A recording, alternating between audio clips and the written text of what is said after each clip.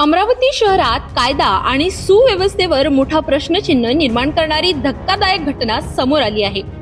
कांतानगर परिसरातील न्यायाधीशांच्या निवासस्थानी मध्यरात्री चोरट्यांनी धाडशी चोरी केली आहे। विशेष म्हणजे पोलीस बंदोबस्त असतानाही चोरट्यांनी 5 न्यायाधीश आणि 4 न्यायालयीन कर्मचाऱ्यांच्या घरांना लक्ष्य करत लाखो रुपयांचा मुद्देमाल लंपास केलाय। आशिष गेडाम कोर्ट क्वार्टरला राहतो। माझ्या इथं चोरी झाली, जवळजवळ 5 ग्रॅम सोनं चोरीला गेलं आणि काही 2-2.5 हजार रुपये चोरीला गेले।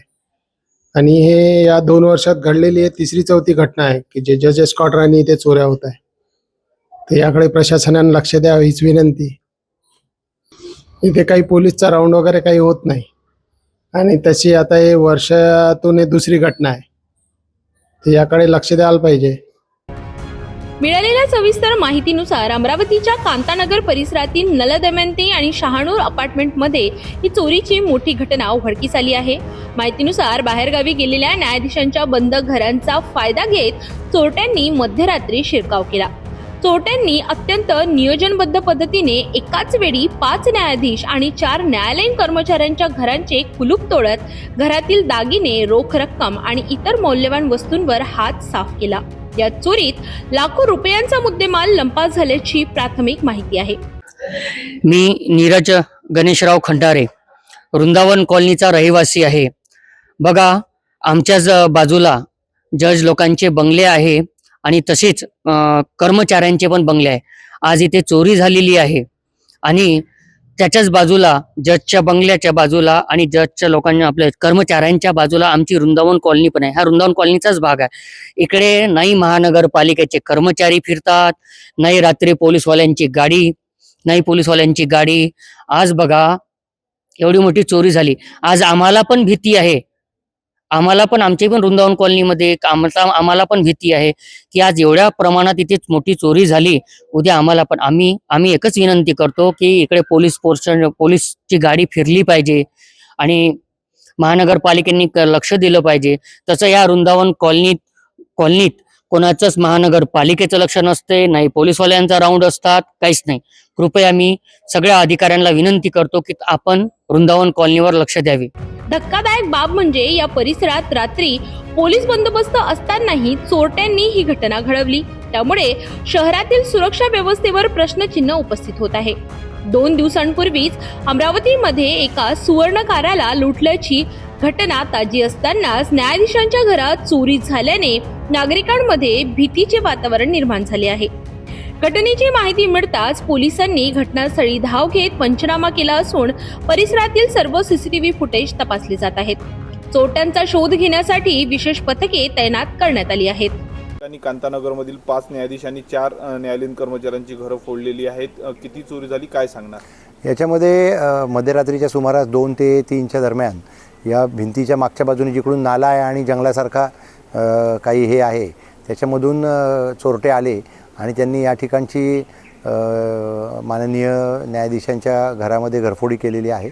याबाबत आम्ही स्वतः आमचे सर्व गाडगेनगर आणि क्राईम ब्रँचची टीम माननीय वरिष्ठांनीसुद्धा भेट दिलेली आहे आणि त्याचबरोबर अजूनही त्या ठिकाणी बाकीच्या सगळ्या गोष्टी तपासून पुढील तपासाची कारवाई सुरू आहे। प्रत्यक्षात जे जज साहेब बाहेर गेलेले होते, म्हणजे आउट ऑफ स्टेशन होते, त्यांच्या घराला कुलूप असल्यामुळे त्या ठिकाणी घरफोडी झालेली आहे। पुढील तपास गाडगेनगरचे अधिकारी करत आहेत। सर, काही सीसीटीव्ही वगैरे चेक या ठिकाणी सीसीटीव्ही आहे। सीसीटीव्हीमध्ये आम्हाला काही क्लू मिळालेले आहेत आणि आम्ही त्याच्यावर काम करत आहोत। सर, किती चोरटे होते असा काही आकडा माहिती? 3 चोरटे होते असा प्राथमिक हे आहे, परंतु आणखीन तपासामध्ये काही निष्पन्न झाले तर मग त्या पद्धतीने पुढील कारवाई होईल। सर, संपूर्ण या भागामध्ये पोलिसांचा देखील बंदोबस्त असतो अशा पद्धतीने? हां, पोलिसांचा बंदोबस्त पुढच्या याच्यात गार्ड्स लागलेले आहेत, परंतु आता इथे मागच्या बाजूनी चोरट्यांनी एंट्री केली तर त्याबाबत सुद्धा आम्ही आता सिस्टीम अपग्रेड करत आहोत। न्याय देणाऱ्या न्यायाधीशांच्याच घरात चोरी होणे ही अत्यंत गंभीर बाब मानली जात आहे। या प्रकरणातील आरोपींना पोलीस किती लवकर अटक करतात आणि शहरातील सुरक्षेवरचा विश्वास पुन्हा प्रस्थापित करतात का, हे पाहणे महत्त्वाचे ठरणार आहे। अमरावती शहरात 800 ग्रॅम सोन्याच्या धाडशी लुटीने खळबळ उडाली होती, पण आता या प्रकरणात अमरावती शहर गुन्हे शाखेने मोठी कारवाई करत संपूर्ण टोळीचा पर्दाफाश करून आरोपींना जेरबंद करण्यात आले। मिळालेल्या सविस्तर माहितीनुसार कठोरा नाका परिसरात घडलेल्या 800 ग्राम सोन्याच्या लुटीनंतर शहरात भीतीचे वातावरण निर्माण झाले होते.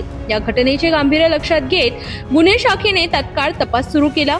सीसीटीव्ही फुटेज, तांत्रिक तपास आणि गोपनीय माहितीच्या आधारे पोलिसांनी संशयितांचा माग काढला. अखेर सर्जिकल स्ट्राईक करत पोलिसांनी लुटीमागील टोळीला जेरबंद करण्यात यश मिळविले.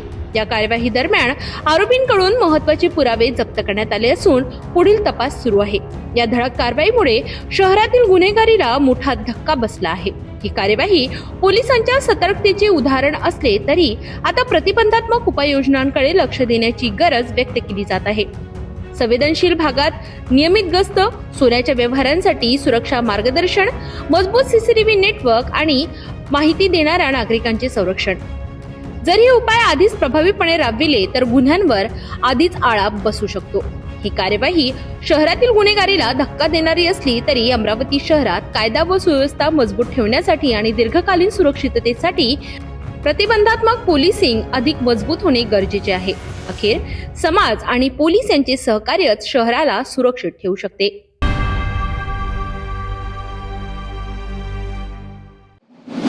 अमरावतीत गुन्हेगारीचा आलेख दिवसेंदिवस वाढत असताना पोलीस आयुक्तांची पत्रकार परिषद मात्र केवळ पोलिसांच्या कारवाईची प्रशंसा करण्यापुरतीच मर्यादित राहते का? पत्रकारांनी शहरातील सुरक्षेवर थेट प्रश्न विचारताच आयुक्तांकडून उत्तर टाळलं जातं आणि वेगळी पत्रकार परिषद घेण्याचं आश्वासन दिलं जातं. सर, मैं आपको फिर से बता रहा हूँ, मेरी बात सुनिए श्रीमान जी.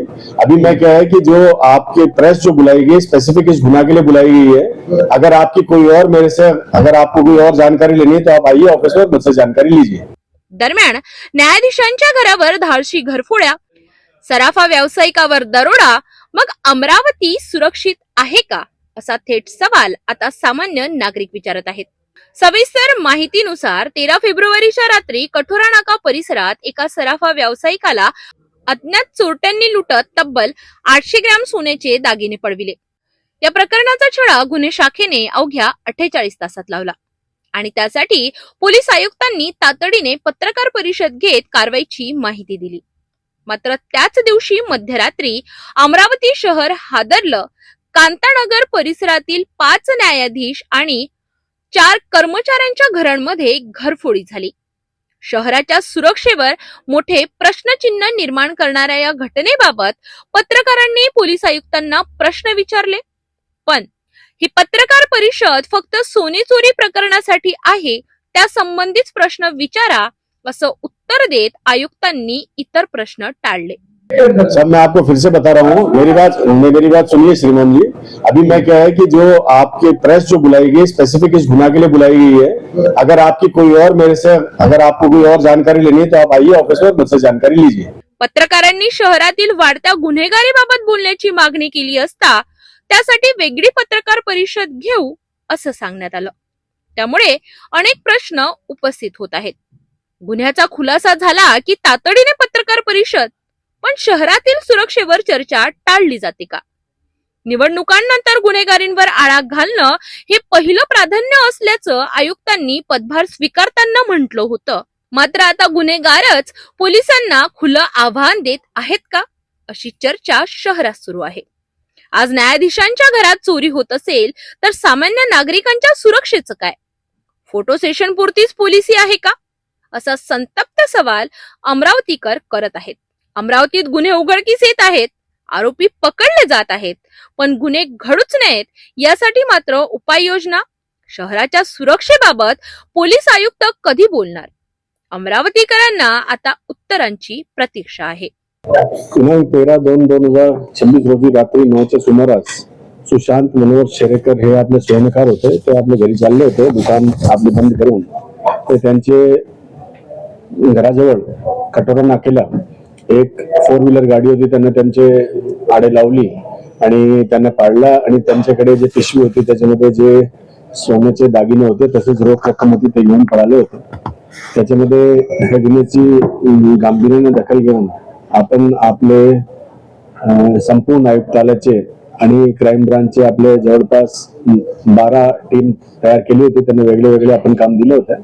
त्याच्यामध्ये तांत्रिक विश्लेषण तसेच कसोशीने तपास करण्यात आला, सीसीटीव्ही फुटेज बघण्यात आली, गुप्त बातमीदार ऍक्टिव्ह करण्यात आले. त्याच्यामध्ये आपल्याला असं माहिती भेटली की आज गुणवंत महाराज हॉटेल नांदगाव पेठ या ठिकाणी हे जे आरोपी आहे ते येणार आहे. ते आपले जे हिस्से आहेत त्यांचे वाटप करण्यासाठी ते येणार आहे.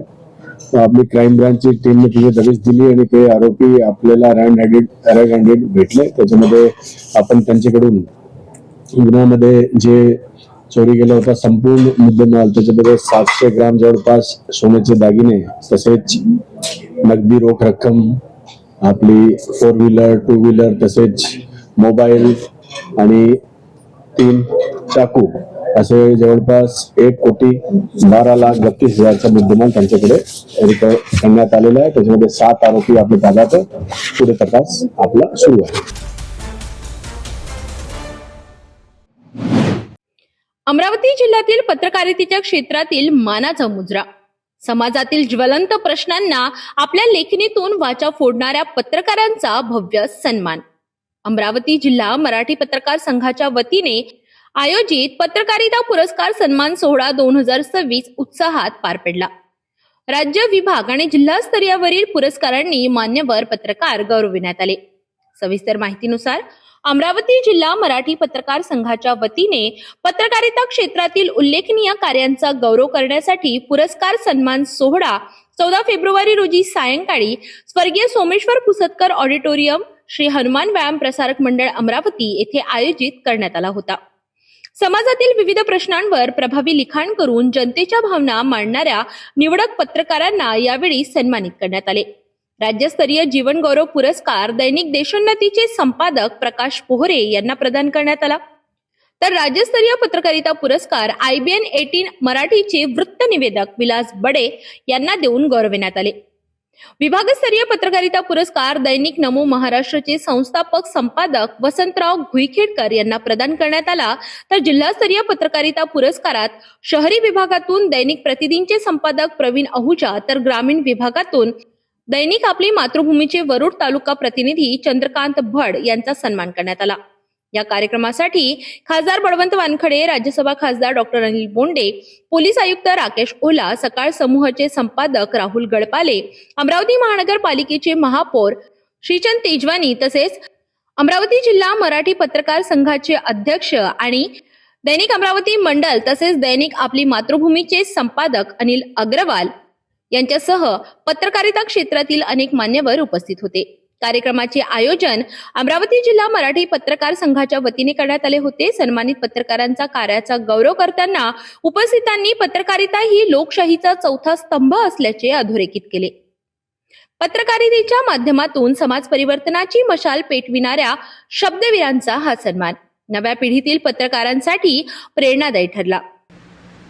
आज लोकशाहीचे 3 स्तंभ इथं आहेत. प्रशासन इथं आहे, राजकीय व्यवस्था इथं आहे, पत्रकारिता इथं आहे, न्याय व्यवस्था इथं नाहीये. पण आज पत्रकारांकडे बघितल्याच्या नंतर सामान्य माणसाच्या मनातली जी भावना होती की ही माणसं आपला आवाज बुलंद करतील, ही माणसं आपल्याला न्याय देऊ शकतील, हीच माणसं आशेचा किरण आहे असं वाटत असताना आमच्या बद्दलची ती आशा जर धूसर होत असेल, आमच्या विश्वासार्हतेच्यावर प्रश्नचिन्ह निर्माण होत असेल, तर निश्चितपणे आमच्यासाठी ते एक आत्मचिंतन करणारी गोष्ट आहे. काळ अवघड आहे का? तर काळ निश्चितपणे अवघड आहे. तंत्रज्ञानाच्या बाबतीत असेल किंवा सगळ्या बाबतीत संक्रमणातून आपण सगळेजण चाललोय. पण पत्रकारांनी आपल्या जागेवर आज उभं राहणं गरजेचं आहे, तत्वाशी ठाम राहणं गरजेचं आहे. आपण कुणाचं देणं लागतो ही भूमिका आपण नीट समजून घेणं गरजेचं आहे. आम्ही कुठल्याही राजकीय पक्षाचं देणं लागत नाही. आम्ही देणं लागतो या समाजातल्या सामान्य माणसाचं. आम्ही वकील सुद्धा त्यांचे आहोत. आम्ही त्यांचा आवाज बुलंद करण्यासाठी आहोत. त्यांचा आवाज सत्ताधाऱ्यांपर्यंत पोहोचून भले कुणाला वाईट वाटो, कुणाला बरं वाटो, बुरं वाटो, पण तो प्रश्न मांडणं आमचं काम आहे. तुम्हाला माहिती आहे की आज बडे मुद्देच्या माध्यमातून महाराष्ट्रातल्या विविध प्रश्नांवरती जेव्हा भूमिका मांडत असतो, खरं तर हा जो समाजानं दिलेला पुरस्कार आहे, माझ्या पत्रकार बांधवांनी दिलेला पुरस्कार आहे. असे असंख्य पुरस्कार, मान सन्मान, प्रतिष्ठा हे सगळं माझ्या लेखणीनं दिलं. विलास बडे नावाचा एक साधा शेतकऱ्याचा पोरगा आज महाराष्ट्रामध्ये विलास बडे बनू शकला. त्याचं कारण माझी लेखणी आहे, माझी पत्रकारिता आहे. आणि त्या पत्रकारितेच्या शिवाय विलास बडे कोणी नाहीये, कोणी म्हणजे कोणीच नाहीये. पण या असंख्य ट्रॉफ्या, इतक्या ट्रॉफ्या आयुष्यामध्ये अनेक मिळाल्या. मरेस्तोर मार खाल्ला, हक्कभंग घेतला, जीवे मरण्याच्या धमक्या आल्या, नोकरीहून काढायच्या धमक्यापासून ते असंख्य गोष्टी आयुष्यात गेल्या 19 वर्षामध्ये घडल्या. पण चला हटायचं नाही, लढायचं, बोलायचं. जो वसा घेतलेला आहे तो कधी फेकायचा नाही, टाकायचा नाही. या भूमिकेशी आजही ठाम आहे.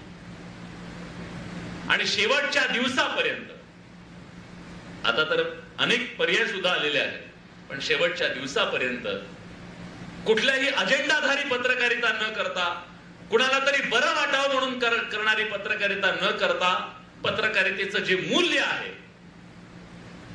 त्या मूल्याशी कधी प्रतारणा करायची नाही,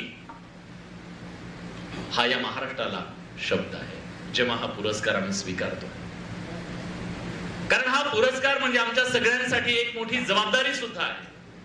तुम्ही आम्हाला सांगता तुम्ही बरं करताय, अजून बरं करा, आमची आशा आहे. कारण सामान्य माणसाला बोलता येत नाही, त्याला साधं पानटपरीवाल्याला सुद्धा एखादी चुकीची गोष्ट करत असेल तर सामान्य माणूस त्याच्या विरुद्ध बोलू शकत नाही.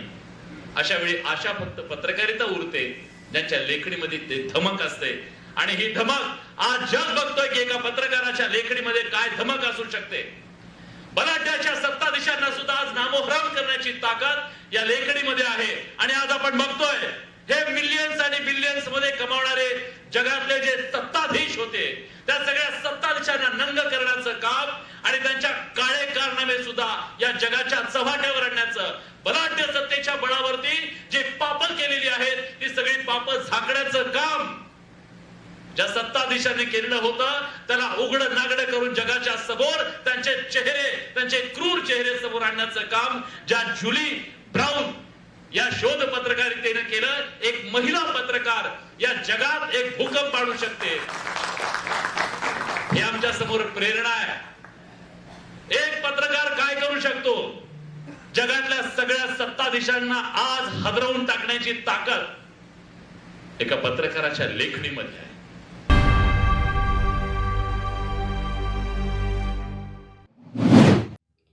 अमरावतीत शहरातील नागपुरी गेट परिसरातील पठाण चौक येथे असलेल्या महादेव मंदिरात महाशिवरात्रीनिमित्त भव्य महाप्रसादाचे आयोजन करण्यात आले.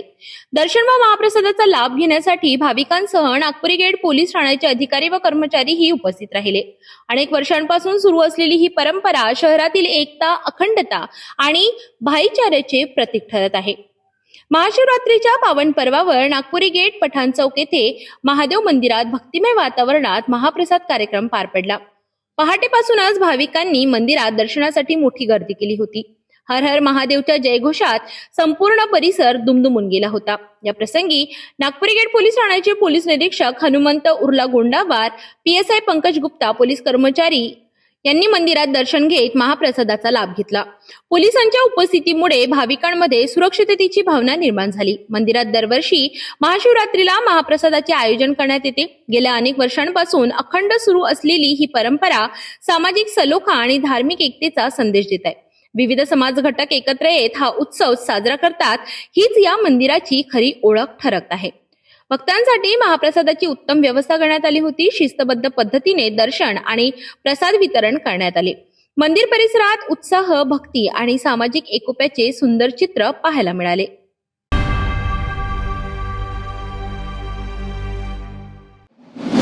अमरावतीतील रामपुरी कॅम्प परिसरात यंदा महाशिवरात्रीनिमित्त भक्ती, श्रद्धा आणि उत्सवाचा अद्भुत संगम पाहायला मिळाला. शिवशक्तीधाम मंदिरात 4 दिवसीय भव्य धार्मिक आणि सांस्कृतिक कार्यक्रमांचे आयोजन करण्यात आले असून परिसरात आधीच भक्तिमय वातावरण निर्माण झाले आहे. शिव मंदिर सेवा समिती आणि रामपुरी कॅम्प येथील समस्त सेवाधारी यांच्या वतीने हा उत्सव मोठ्या भक्तिभावात साजरा केला गेला.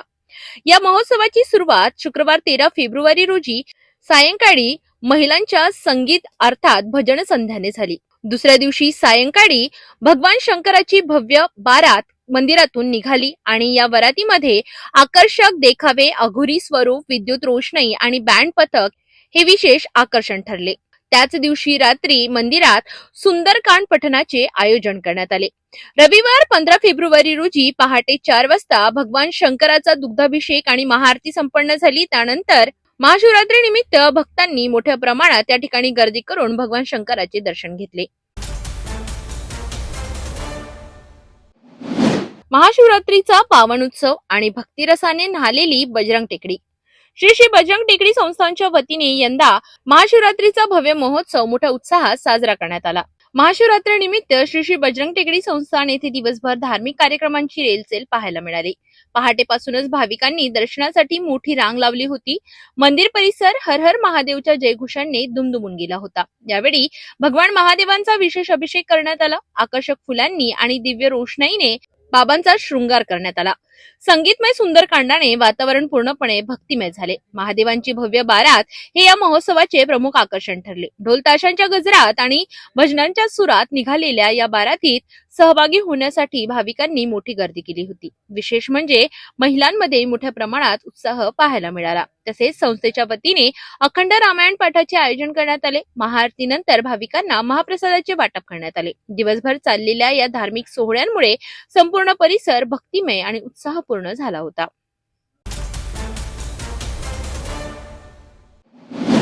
महाशिवरात्रीच्या पावन पर्वानिमित्त अमरावती जवळील प्राचीन कोंडेश्वर शिवालयात भाविकांची अभूतपूर्व गर्दी उसळली.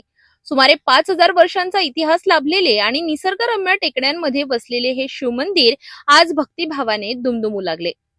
अमरावती शहरापासून सुमारे 22 किलोमीटर अंतरावर बडनेरा जवळील टेकड्यांच्या कुशीत वसलेले कोंडेश्वर मंदिर हे विदर्भातील एक प्राचीन आणि ऐतिहासिक शिवधाम म्हणून ओळखले जाते. सुमारे 5000 वर्षांहून अधिक प्राचीन मानल्या जाणाऱ्या या मंदिराला हेमाडपंथी स्थापत्य शैलीची भव्य परंपरा लाभली आहे. यादवकालीन राजांच्या काळात या मंदिराचा जीर्णोद्धार झाल्याचे सांगितले जाते. काळ्या दगडात उभारलेली भक्कम रचना, पायथ्याशी कोरलेले हत्ती आणि आकर्षक शिल्पकला मंदिराच्या वैभवाची साक्ष देतात. सुमारे 72 ते 75 फूट उंच असलेले हे मंदिर पश्चिमाभिमुख असून गाभाऱ्यातील भव्य नंदी भाविकांचे विशेष लक्ष वेधून घेतो. श्रावण महिन्यातील प्रत्येक सोमवारी आणि महाशिवरात्रीला येथे मोठी यात्रा भरते. यंदा मात्र दरवर्षीपेक्षा अधिक भाविकांनी येथे गर्दी केली. पहाटेपासूनच दर्शनासाठी भाविकांच्या रांगा लागल्या होत्या आणि त्या जवळपास 1 किलोमीटर पर्यंत पोहोचल्या. कोंडेश्वर येथे दरवर्षी दर्शनासाठी येत असतो. अतिशय सुबक वातावरण, सुंदर वातावरण आहे. दर्शन झाल्यावर खूप ऊर्जा प्राप्त होते. धन्यवाद. भाविकांची गैरसोय होऊ नये यासाठी पोलीस विभागातर्फे विशेष नियोजन करण्यात आले होते. दिव्यांग, वयोवृद्ध तसेच लहान मुलांसह आलेल्या भाविकांसाठी विशेष पोलीस वाहनांची व्यवस्था करण्यात आली. पोलीस आयुक्त राकेश ओला यांच्या मार्गदर्शनाखाली पोलीस अधिकारी, बडनेरा पोलीस ठाण्याचे वरिष्ठ पोलीस निरीक्षक यांच्यासह पोलीस कर्मचारी कायदा व सुव्यवस्था राखण्यासाठी सतत कार्यरत होते. याशिवाय विविध समाजसेवी मंडळांच्या वतीने ठिकठिकाणी पिण्याच्या पाण्याची आणि अल्पोपहाराची व्यवस्था करण्यात आली होती. निसर्गरम्य टेकड्या, जवळील धबधबा आणि शांत वातावरणामुळे धार्मिक पर्यटनाचे महत्त्वाचे केंद्र ठरलेले कोंडेश्वर मंदिर महाशिवरात्रीच्या दिवशी भक्तिमय वातावरणाने भारावून गेले होते. हा महाशिवरात्री महोत्सव 7 तारखेपासून भागवत सप्ताहाला सुरुवात झाली आणि त्याची सांगता 13 तारखेला झाली. आणि हा महाशिवरात्री महोत्सव हे फार जुनं मंदिर आहे. याची आमचे वडील सांगत होते, आमचे आजोबा सांगत होते, त्यांचे फार पूर्वीपासून हे आता 1000 वर्षाच्या अगोदरचं आहे की 5000 वर्षाच्या अगोदरचं आहे याचा अजून काही सांग पत्ता नाही लागत. आणि भारतात अशी आख्यायिका आहे की 5000 वर्षापूर्वीचं हे पुरातन शिवालय आहे आणि यादवकालीन बांधलेलं आहे. आणि कौंडन्य मुनीने या ठिकाणी तपश्चर्या केली आणि त्या मुनीच्या नावावरून कोंडेश्वर हे नाव या संस्थांना, या देवालयाला मिळालेलं आहे. आणि या ठिकाणी दरवर्षी श्रावण मासमध्ये आणि 5 सोमवार जे असतात त्यावेळेची अशी यात्रा असते भरपूर. त्याचप्रमाणे शिवरात्रीला पण यात्रा भरपूर असते. पण एक विशेष यंदा पोलीस संरक्षण फार प्रमाणात आम्हाला सहकार्य त्यांचं मिळालेलं आहे. आणि त्यांना पूर्ण सहकार्य दिलं आहे. त्यामुळे यंदाचा हा महाशिवरात्री महोत्सव फार शांततेने, अगदी कोणालाही धक्काबुक्की न लागता या ठिकाणी इतकी गर्दी असूनही कोणाचं नुकसान नाही, कोणाचं पाकिट नाही केलं, कोणाला दुखापत नाही झाली. आणि ही भगवंताची कृपा आहे. त्या कोटेश्वर महाराजांचं एक महात्म्य आहे की या ठिकाणी आल्यानंतर कोणालाही काहीच बाधा आजपर्यंत झालेल्या नाही आहे. गोरगरीब मंडळी इथे एक एक रुपया आपलं योगदान देऊन तो संपूर्ण रुपया या ठिकाणी भगवान कुंडेश्वराच्या या परिसराला, त्याच्या वास्तूला लागतो. आणि म्हणून इथे तो एक एक पैसा, गोरगरिबांचा पैसा सत्कारणी लागतो असं त्या देणगीदारांचं म्हणणं असतं.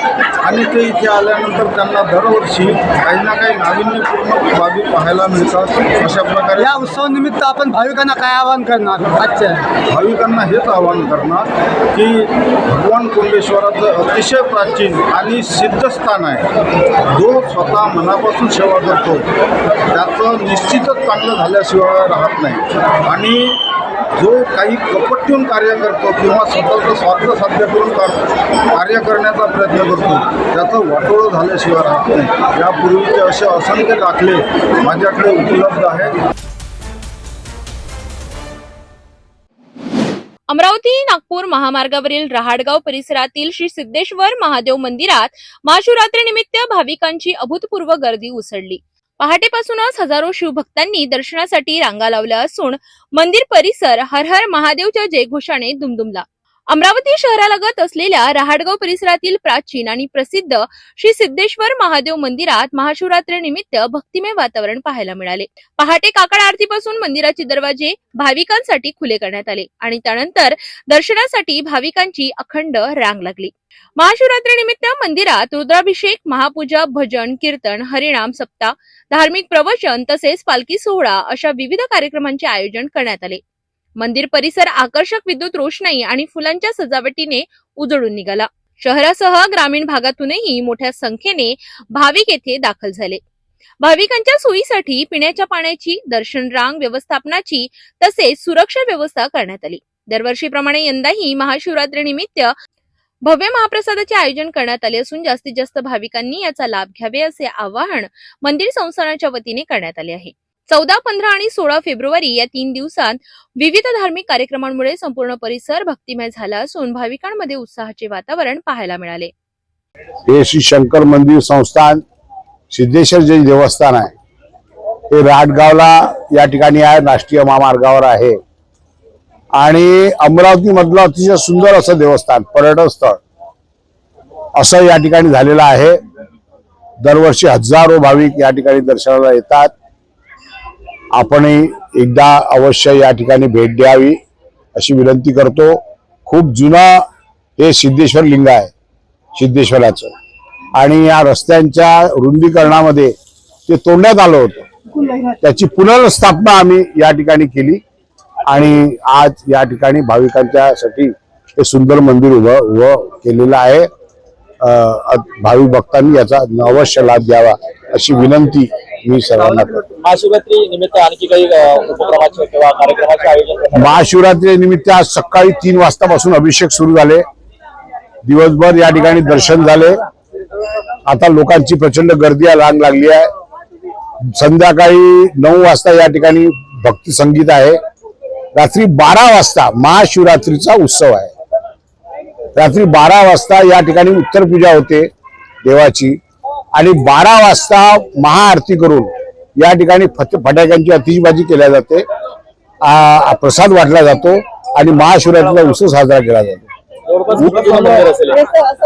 मंदिर आता आम्ही बांधलं हे, परंतु हे लिंग जे आहे, हा जो देव आहे हे जवळपास 150-200 वर्ष झाले. 1840 मध्ये जो या ठिकाणी याची स्थापना झाली होती अशी आख्यायिका आहे आणि परमेश्वरानं आम्हाला सद्बुद्धी दिली, आम्ही हे मंदिर बांधलं.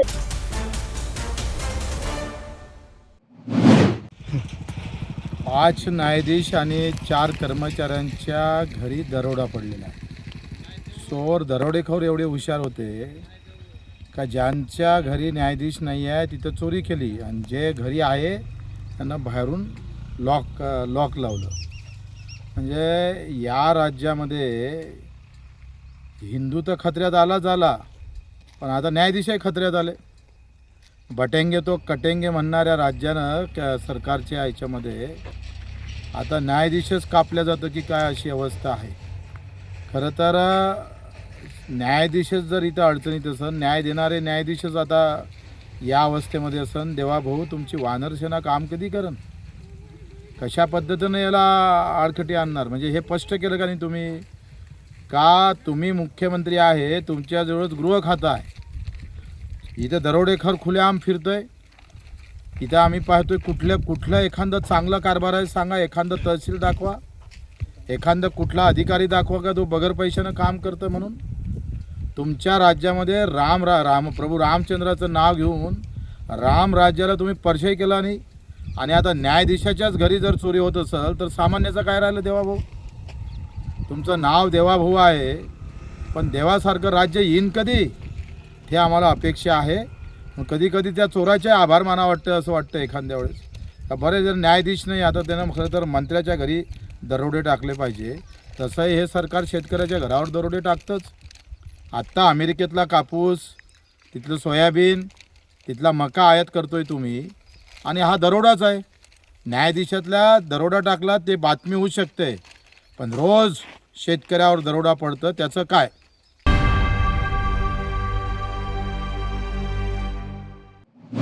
पोलीस आयुक्त ओला जेव्हा नवीन अमरावती शहरामध्ये आले होते त्यावेळेस अनेक कारवाया झाल्या, अवैध धंदे सुद्धा बंद करण्यात आले होते. मात्र आता तीच परिस्थिती पुन्हा जसे ते झाल्याचं चित्र एकंदरीत पाहायला मिळतं. वरली मटका जरी जोमात दिसत नसेल, पण जे आहेत चोरून लपून मोठ्या प्रमाणात हे धंदे अमरावती शहरामध्ये होतात. मला वरली मटक्याची सद्य परिस्थिती, कारण की मी 2 दिवस गावात नव्हतो, सद्य परिस्थिती माहीत नाही. पण आयुक्त ओला आल्यानंतर त्यांनी बंद केलं होतं. आणि मी कोणत्याही परिस्थिती, आता 3-8 दिवसापूर्वीच पाहिलं की कोणत्याही परिस्थितीमध्ये अवैध धंदे मी खपवून घेणार नाही, असे त्यांनी निर्देश पोलिसांना आपापल्या पोलीस ठाणेदारांना दिले होते. आता ते कितपत त्याचं ही झाली, म्हणजे इम्प्लिमेंटेशन झालं, हे स्वतः CP साहेबच सांगू शकतात. पण मला असं वाटतं की त्यांनी खाली सांगितलेलं आहे, खालचे अधिकारी जर ऐकत नसतील तर त्यांना शिक्षा देण्याचाही अधिकार त्यांना आहे. त्यांना वठणीवर आणण्याचाही अधिकार त्यांना आहे. तर आपण जसं म्हणता, कारण की मला त्याची सद्य परिस्थिती मी गावात नसल्यामुळे माहीत नाही, तुम्ही असं म्हणता तर असं असेल तर मला असं वाटते की आयुक्त साहेबांनी याच्यावर विशेष लक्ष देऊन हे अवैध धंदे जर चालू झाले, कारण की मधल्या काळात ते बंद झाले होते हे मात्र मला माहिती आहे निवडणुकीच्या काळात. तेव्हा आम्ही निवडणुकीच्या काळात जेव्हा आयुक्त साहेबांना भेटायला गेलो होतो तेव्हा मी त्यांना सांगितलं होतं, साहेब असं न व्हावं की ही निवडणुकीपुरतं हे बंद होतील आणि निवडणूक पुन्हा चालू होतील. तर त्यांनी आम्हाला ॲश्युअर केलं होतं, त्यांनी आम्हाला की नाही, मी कोणत्याही परिस्थितीमध्ये अवैध धंदे, सट्टा, मटका, MD, गुटखा हे सगळे चालू देणार नाही. ते चालू झाले असतील, मला त्याची आज मी खात्रीलायक चालू झाले असं सांगू शकत नाही, पण कारण की मी गावात नसल्यामुळे मला सध्या परिस्थिती माहीत नाही. पण जर ते चालू झाले असतील तर आम्हाला वाटते की आयुक्तांनी याच्यावर ताबडतोब कारवाई केली.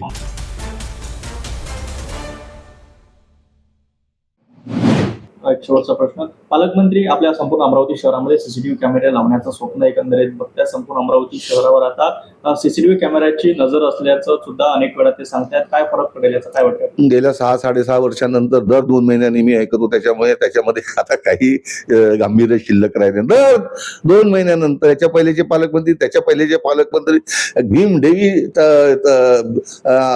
थाटात की आम्ही पुरा अमरावती शहर CCTV कॅमेऱ्याच्या देखरेखीकडे आणू. मी तर नाही पाहिलं गेल्या 5-6 वर्ष. बरं, तो कोणते CCTV आणणार आहे, कुठे लावणार आहे, काय लावणार आहे, याचं काही लोकांसमोर त्यांनी आलं पाहिजे. फक्त मोठे घोषणा करून काही होत नाही, आणि जोपर्यंत ते होत नाही, बरं ते CCTV ते तरी चांगल्या क्वालिटीचे लावायचे, तिथेही पैसे खाऊन एकदम खराब CCTV कॅमेरे की जे 2 महिन्यामध्ये ते बंद पडतील आणि मग त्याच्यामधून काहीच निष्पन्न होणार नाही. कारण की काही शहरांमध्ये मी पाहिलंय CCTV कॅमेरे लावले, 6 महिन्यात ते खराब झाले, त्याच्यानंतर ते बंद पडले, ते अजून सुरूच झाले नाही. म्हणजे कुठेही कोणतीही व्यवस्था जर उभारण्याचा प्रयत्न केला की त्याच्यामध्ये टक्केवारी घ्यायची आणि सगळं खोटं काम करायचं, त्याच्यामुळे पैशाचा अपव्ययच होतो आणि त्यामुळे कोणाचा फायदाही होत नाही. आता पालकमंत्री हे ओळखतो मी त्यांना, ते माझे मित्र आहेत, ते पालकमंत्री त्याला डायनॅमिक आहेत हे मला माहित आहे. आता त्यांनी घोषणा केली आहे तर ते पूर्ण होईल ही आशा ठेवून मला असं वाटतं की हे तातडीनं झालं पाहिजे. अमरावती सारख्या छोट्या शहरात 7.5 कोटी रुपयाचा एमडी पकडला जातो, काय वाटतं आपल्याला? हे तर मला वाटतं टोटल फेलियर आहे क्राईम ब्रँचचं. आणि म्हणजे अमरावती महाराष्ट्रामध्ये मुंबई पुण्यानंतर जर हब बनत असेल अमरावतीसारखं छोटं शहर, तर याचाच अर्थी जे एमडी तस्कर आहे त्यांना हे अमरावती शहर नंदनवन वाटत असेल की बा इथे काही केलं तरी आपल्याला कोणी पकडणार नाही, एवढी खात्री त्यांच्या मनात निर्माण झाली असेल. आणि दुसरी गोष्ट म्हणजे कारवाई सुद्धा नागपूरच्या एका पथकाने येऊन इथे केली अमरावती शहरामध्ये. बरोबर आहे, म्हणूनच तर म्हणून राहिलो की समजा एवढी मोठी एमडी अमरावती सारख्या छोट्या शहरात सापडत असेल म्हणजे एवढे मोठे मेट्रो सिटी सोडल्यानंतर याचा अर्थ एमडीचे जे महाराष्ट्राचे किंवा नॅशनल तस्कर जे असतील, राष्ट्रीय तस्कर जे असतील, त्यांच्या मनात ही खात्री निर्माण झाली असेल की बा आपण अमरावतीत काही अवैध तरी आपल्याला कोणी पकडण्यास धजावणार नाही किंवा आपलं काम आहे हे बेभवाट चालू राहील. एवढी खात्री जोपर्यंत हे बघा हे जे तस्कर असतात ना, या तस्करांची एक मोडस ऑपरेंडी असते, जिथे त्यांना असं लक्षात येते की बा आपण समजा काही केलं आणि ताबडतोब पकडल्या जाऊ किंवा काही जाऊ तर ते त्या ठिकाणी धजावत नाही. आणि ज्या ठिकाणी त्यांच्या मनात ही पूर्ण खात्री असते की मी या गावामध्ये समजा हे एमडीचे किंवा याचे समजा हे केलेत, व्यवसाय केला, याच्यातून आपण हे केला तर मला इथे कोणी अडवणार नाही, कोणी पकडणार नाही, आणि पकडलं तर मी ते निस्तरून घेईल. ही जेव्हा त्यांच्या मनामध्ये ही जेव्हा खात्री पटते तेव्हा तो एवढा मोठा व्यवसाय त्या गावात होतो. मला असं वाटते की आपले जे पालकमंत्री आहेत त्यांनी पण याची गंभीर दखल घेतलेली आहे. मला वाटते आयुक्तांनी पण, कारण की त्याच्यानंतर तुम्हाला पाहिलं असेल लागोपाठ एमडी पकडण्याचे प्रकरण घडले. अरे बाबा, मग हे पहिले का नाही झालं? म्हणजे जर इतका ताबडतोब नंतर तुम्ही सांगितलं की अकॅडमिक ग्राउंड मध्ये एमडी पकडली गेली, अजून कुठे पकडली गेली, हे जर तुम्हाला आज दिसून राहिलं असेल तर ते पहिले का नाही दिसलं याचं सुद्धा उत्तर पोलीस विभागाला द्यावं लागेल.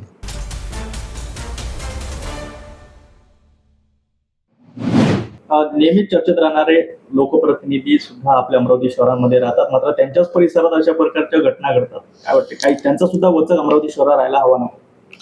आता जनप्रतिनिधी मी काय बोलावं, काही जनप्रतिनिधी आता स्वतःच आपल्या कार्यकर्त्यांना मागच्या काळात, मी आता म्हणत नाही, मागच्या काळामध्ये काही जनप्रतिनिधी स्वतःच आपल्या कार्यकर्त्यांना सट्ट्याची आणि मटक्याची दुकानं उघडून दिले. सारे अमरावतीला माहित आहे. काही जनप्रतिनिधीचे जवळचे लोक सट्ट्यान मटकान वाल्यापासून हप्ते घेतात ही आम्हाला माहित आहे. आता कशाला आम्हाला नाव घ्यायला लावता? तर असं आहे, जसा राजा तशी प्रजा. आता सगळा सावळा गोंधळ सुरू आहे. मला असं वाटतं की जर हे असं सुरू राहिलं ती अमरावती बदनाम होण्यासाठी, मधल्या काळामध्ये क्राईम सिटी ऑफ महाराष्ट्र म्हणून अमरावतीला नाव ठेवण्यात आलं होतं. सांगा तुम्ही मला, हे किती राज्यकर्त्यासाठी, त्यातल्या त्यात सत्तारूढ पक्षाच्या आमदारांसाठी आणि खासदारांसाठी ही किती त्याला काय म्हणतात की खरं घुसणावं गोष्ट आहे की crime city of Maharashtra Amravati city. मला असं वाटतं की या सगळ्या गोष्टीकडे लोकांनी गांभीर्याने घ्यायची गरज आहे.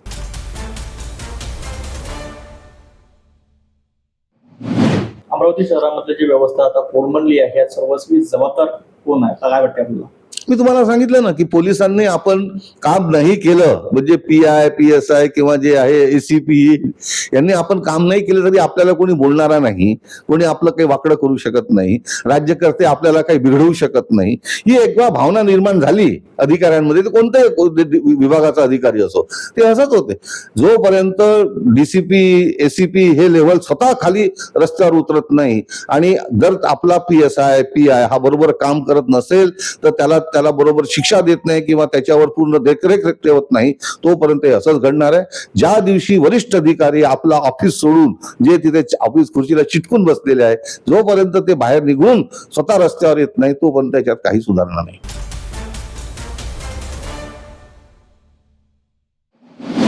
निसर्गाच्या कुशीत वसलेलं, वर्षातून फक्त एकदाच उघडणारं एक रहस्यमय शिवधाम. नागपूर जिल्ह्यातील रामटेक तालुक्यात पेंच व्याघ्र प्रकल्पाच्या घनदाट अरण्यात वसलेलं अंबाखोरी. महाशिवरात्री आणि याच पावन पर्वावर निसर्गाच्या या गाभाऱ्यात भगवान शिवाचं स्वयंभू शिवलिंग भाविकांकरिता खुलं झालंय. पहाटे 6 वाजल्यापासूनच संपूर्ण परिसर हर हर महादेवच्या या जयघोषाने दुमदुमून गेलाय. पेंच नदीचा झुळझुळ प्रवाह आणि सातपुड्याच्या पर्वतरांगांच्या साक्षीनं सुमारे 20,000हून अधिक भक्तांनी या जागृत देवस्थानाचं दर्शन घेतलंय. प्राचीन काळी ऋषी मुनींनी जिथे तपश्चर्या केली त्याच ठिकाणी भक्तीचा महापूर लोटला होता. सुरक्षेच्या दृष्टीने वन विभाग आणि पोलिसांनी चोख बंदोबस्त ठेवला होता.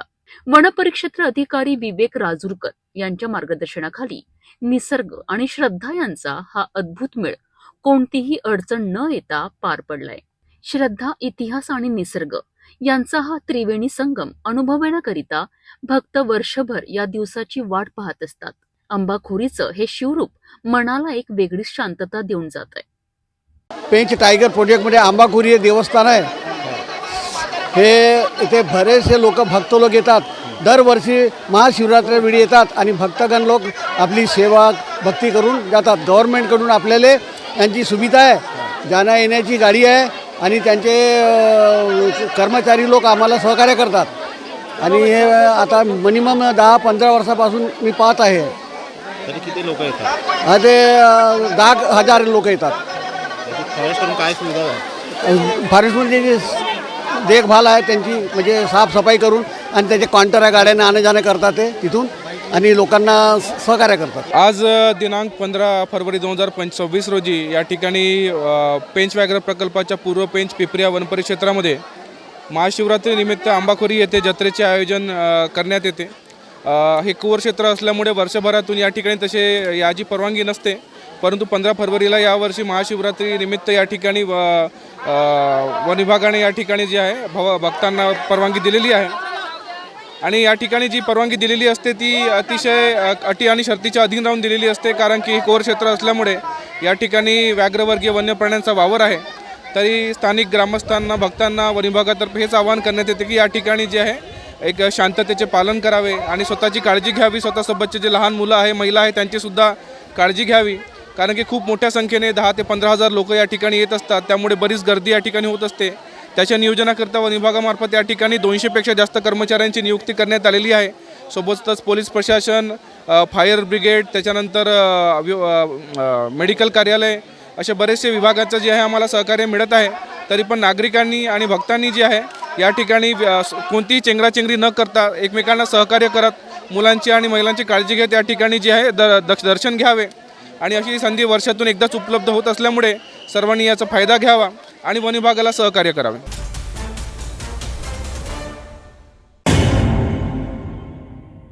यवतमाळ जिल्ह्यात पहाटेपासून सुरू असलेल्या एटीएसच्या धडक कारवाईमुळे मोठी खळबळ उडाली आहे. पुसद आणि उमरखेडमध्ये तब्बल 14 ठिकाणी छापेमारी करण्यात आली असून 20 एटीएस पथकांसह स्थानिक पोलिसांचा मोठा बंदोबस्त तैनात करण्यात आला.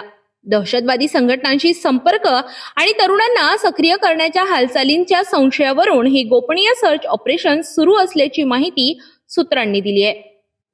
मिळालेल्या सविस्तर माहितीनुसार यवतमाळ जिल्ह्यात शनिवारी मध्यरात्रीपासून एटीएसची अत्यंत गोपनीय कारवाई सुरू आहे. पुसद आणि उमरखेड या भागात एकाच वेळी तब्बल 14 ठिकाणी छापेमारी करण्यात आली. या कार्यवाहीसाठी एटीएसची जवळपास 20 विशेष पथके दाखल झाली असून स्थानिक पोलिसांचा मोठा फौजफाटा तैनात करण्यात आला आहे. या पथकांमध्ये वरिष्ठ IPS अधिकाऱ्यांचाही समावेश असल्याची माहिती आहे. दहशतवादी संघटनांच्या संपर्कात राहून काही तरुणांना सक्रिय करण्याच्या हालचाली सुरू असल्याची गुप्त माहिती तपास यंत्रणांना मिळाल्यानंतर हे सर्च ऑपरेशन राबविण्यात आले आहे. पहाटेपासून एटीएसची पथके विविध घरांमध्ये जाऊन चौकशी करीत आहेत. संबंधित व्यक्तींची कागदपत्रे, मोबाईल आणि इलेक्ट्रॉनिक साहित्यांची तपासणी केली जात आहे. सूत्रांच्या माहितीनुसार अनेक संशयितांची चौकशी सुरू असली तरी अद्याप कुणालाही अधिकृतपणे ताब्यात घेण्यात आलेले नाही. संभाव्य घातपाती कारवायांच्या पार्श्वभूमीवर ही कार्यवाही करण्यात येत असून संपूर्ण ऑपरेशन अत्यंत गुप्ततेत पार पाडले जात आहे. दरम्यान कारवाई सुरू असलेल्या भागात कडेकोट पोलीस बंदोबस्त ठेवण्यात आला असून नागरिकांमध्ये भीती आणि उत्सुकतेचे वातावरण निर्माण झाले आहे. राज्यातील इतर ठिकाणीही एटीएसची अशीच समांतर कारवाई सुरू असल्याची माहिती समोर येत आहे. हा संपूर्ण प्रकरणात पुढे नेमकं काय उलगडतं याकडे सर्वांचे लक्ष लागले आहे.